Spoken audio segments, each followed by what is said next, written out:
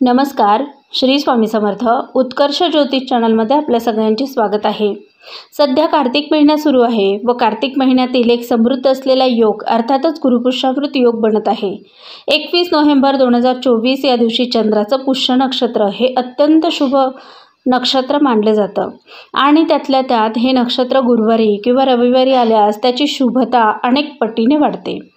त्याच अनुषंगाने गुरुवार दिनांक 21 नोव्हेंबर 2024 या दिवशी हा शुभ योग बनत आहे. सकाळी 6:52 ते दुपारी 3:34 असणार आहे.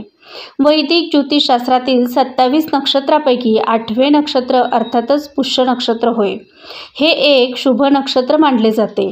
पुष्य नक्षत्र हे समृद्धी, संपत्ती आणि मांगल्य आणते. संस्कृतमध्ये पुष्य या शब्दाचा अर्थ पोषक असा आहे आणि या पुष्य नक्षत्राचे प्रतीक गायीचे स्तन आहेत. म्हणूनच पुष्य नक्षत्राने पोषण, मुबलकता, प्रजनन क्षमता दर्शवते.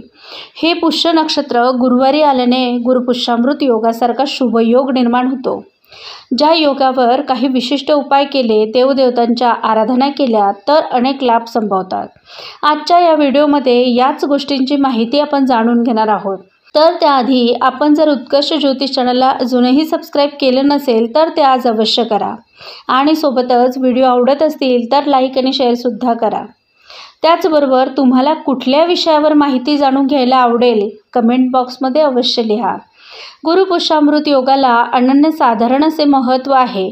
अत्यंत शुभ मानले जाणारे गुरु ग्रहाच्या अंमलाखाली येणाऱ्या या नक्षत्राला खूप महत्त्व आहे. ज्योतिषशास्त्रानुसार गुरु म्हणजे सर्व मांगल्याचं आणि पावित्र्याचं प्रतीक. प्रत्येक शुभ कार्यात यश देणारं हे पुष्य नक्षत्र. कर्क राशीत शुभयोग साधणारं नक्षत्र अर्थातच पुष्य नक्षत्र. या नक्षत्राची देवता स्वतः गुरु महाराज असल्याने शुभ फलदायी असणारं हे नक्षत्र. गुरु ग्रहाच्या अंमलाखाली येणारं हे नक्षत्र जेव्हा गुरुवारी येतं तेव्हा अर्थातच सर्व प्रकारचे शुभ योग, शुभ परिणाम देणारे हे गुरुपुष्यामृत योग होय. यावरून या योगाची महत्ता समजून येते. अशा या योगावर काही शुभ कर्म केली तर व्यक्तीला फायदा होतो. या दिवशी देवी लक्ष्मीची सेवा केल्याने व्यक्तीला आर्थिक अडचणीतून बाहेर पडण्याचे मार्ग सापडतात आणि चंचल असलेली लक्ष्मी स्थिर होण्यास मदत होते. या दिवशी लक्ष्मीची विशेष पूजा केली जाते.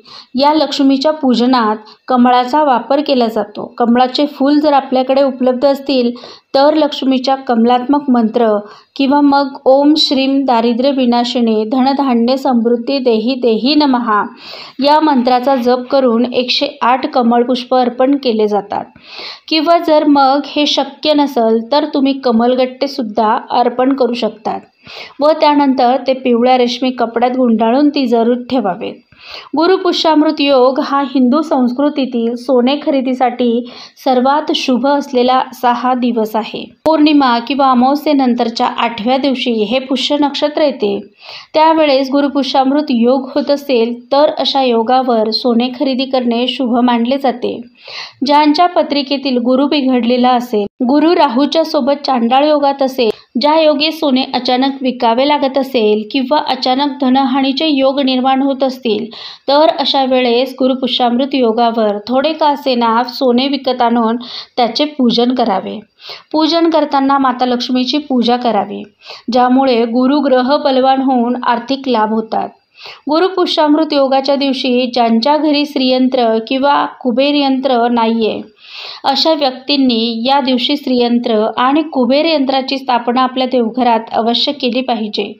श्रीयंत्राची स्थापना करून सेवा उपासना केल्याने कुटुंबात अष्टलक्ष्मीचा आशीर्वाद कायम राहतो. तसेच कुबेर यंत्राची स्थापना या दिवशी केल्याने असलेल्या धनसंपत्तीचा योग्य विनियोग होत असतो. म्हणून आपल्या देवघरात श्रीयंत्र आणि कुबेर यंत्र अतिशय महत्त्वाचे मानले जातात.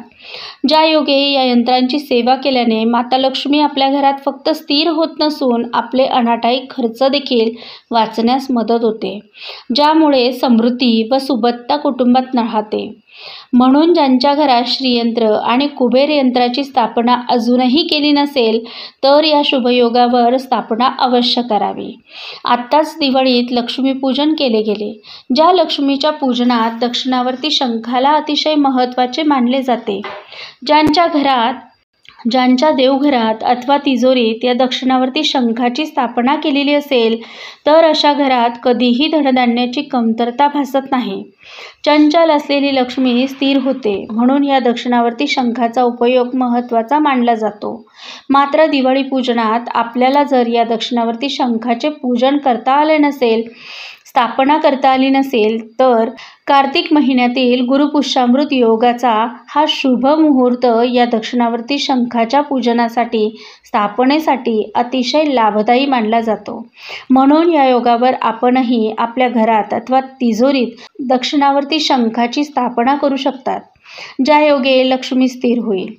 कोणत्याही कारणांमुळे देवघरातील कुलदेवी आणि कुलदैवताचे टाक बदलायचे असतील, नवीन करायचे असतील, तर हा शुभ मुहूर्त जाणून या गुरुपुष्यामृत योगावर नवीन देव फोटो आणल्यास फायदा होतो.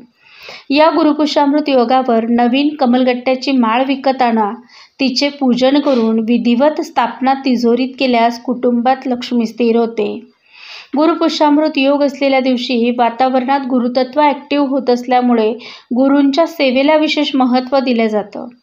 माता लक्ष्मीची सेवा तर आपण सर्वजण करणार आहोतच, पण त्याचबरोबर आपल्या गुरूंची सेवा होणं देखील अपेक्षित आहे. ज्यांच्या घरात गुरुतत्वाची सेवा केली जाते, अर्थातच स्वामींची सेवा केली जाते, त्या ठिकाणी आपोआपच लक्ष्मी स्थिर होते. जर तुमच्या वास्तूत वास्तुदोष असेल तरी देखील तुम्ही या पद्धतीने जर सेवा कराल तर गुरुतत्वाच्या आशीर्वादाने तुमच्या वास्तूतील सर्व दोष काही प्रमाणात कमी होण्यास मदत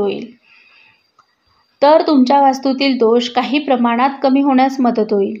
मग या दिवशी कुठली स्तोत्रमंत्र म्हणावीत ते जाणून घेऊया. तर या दिवशी श्री सूक्ताचे 16 आवर्तन पठण करावे. कनकधारा स्तोत्राचे यथाशक्ती पाठ केल्यास उत्तम फायदा होतो. महालक्ष्मी अष्टक स्तोत्राचे यथाशक्ती पाठ केल्यास लाभ होतो. लक्ष्मीच्या कोणत्याही मंत्राचा जप या दिवशी तुम्ही करू शकतात, ज्यात प्रामुख्याने ओम श्रीम नमः, ओम श्रीम श्रीये नमः किंवा मग कमलात्मक मंत्र आपण करू शकतो. वरीलपैकी सर्वच्या सर्व उपाय आपल्यासाठी जरी लाभदायी असले, त्याचबरोबर मागील महिन्यात आलेल्या गुरुपुष्यामृत योगावर काही सेवा सांगितल्या गेल्या. त्या सेवांच्या माध्यमातून एक सेवा चांदीच्या निरंजनाचा उपयोग म्हणून सांगितली गेली. चांदीचे निरंजन दिवे लागणीच्या वेळेस किंवा गुरुपुष्यामृत योगावर सराफाकडून, सोनाराकडून विकत आणून त्यात एक फुलवात लावावी. पहिल्या दिवशी 1 फुलवात, दुसऱ्या दिवशी 2 फुलवात, तिसऱ्या दिवशी 3 फुलवात अशा पद्धतीने चढत्या क्रमाने एकत्रित करून आपण 12 फुलवातीपर्यंत लावावे. 12व्या दिवसानंतर पुन्हा 11 फुलवाती लावाव्यात, पुन्हा 10 फुलवाती लावाव्यात. 9, 8, 7, 5 या पद्धतीने तुम्ही 1 पर्यंत फुलवाती लावू शकतात. 1 फुलवात ज्या दिवशी उतरत्या क्रमाने तुम्ही लावली असेल, त्यानंतर दुसऱ्या दिवसापासून तुम्हाला वाती लावायच्या नाहीत. मात्र ह्या एकमेव उपायाने तुमच्या घरातील लक्ष्मी स्थिर होण्यास मदत होते. त्याचबरोबर विनाकारण तुमचा जो खर्च वाढलेला असेल, मग तो दवाखान्याचा खर्च असेल, अनाठायी खर्च होत असेल, तर तो खर्च देखील वाचण्यास मदत होते. असा हा अनुभवसिद्ध उपाय आपण अवश्य करून पाहावा. मागील महिन्यातील गुरुपुष्यामृत योगावर ज्यांचा हा उपाय करण्याचा राहून गेला किंवा दिवाळीच्या अनुषंगाने ज्यांच्या या उपायात खंड पडला, अशा व्यक्तींनी पुन्हा नव्याने या गुरुपुष्यामृत योगापासून या उपायाला सुरुवात करू शकतात. आता वरीलपैकी सर्वच्या सर्व उपाय आपल्यासाठी जरी लाभदायी असले तरी देखील जर आपल्याला सगळे उपाय करणे शक्य नसेल, तर किमान एखादा उपाय तरी आपण या दिवशी अवश्य करून पाहावा.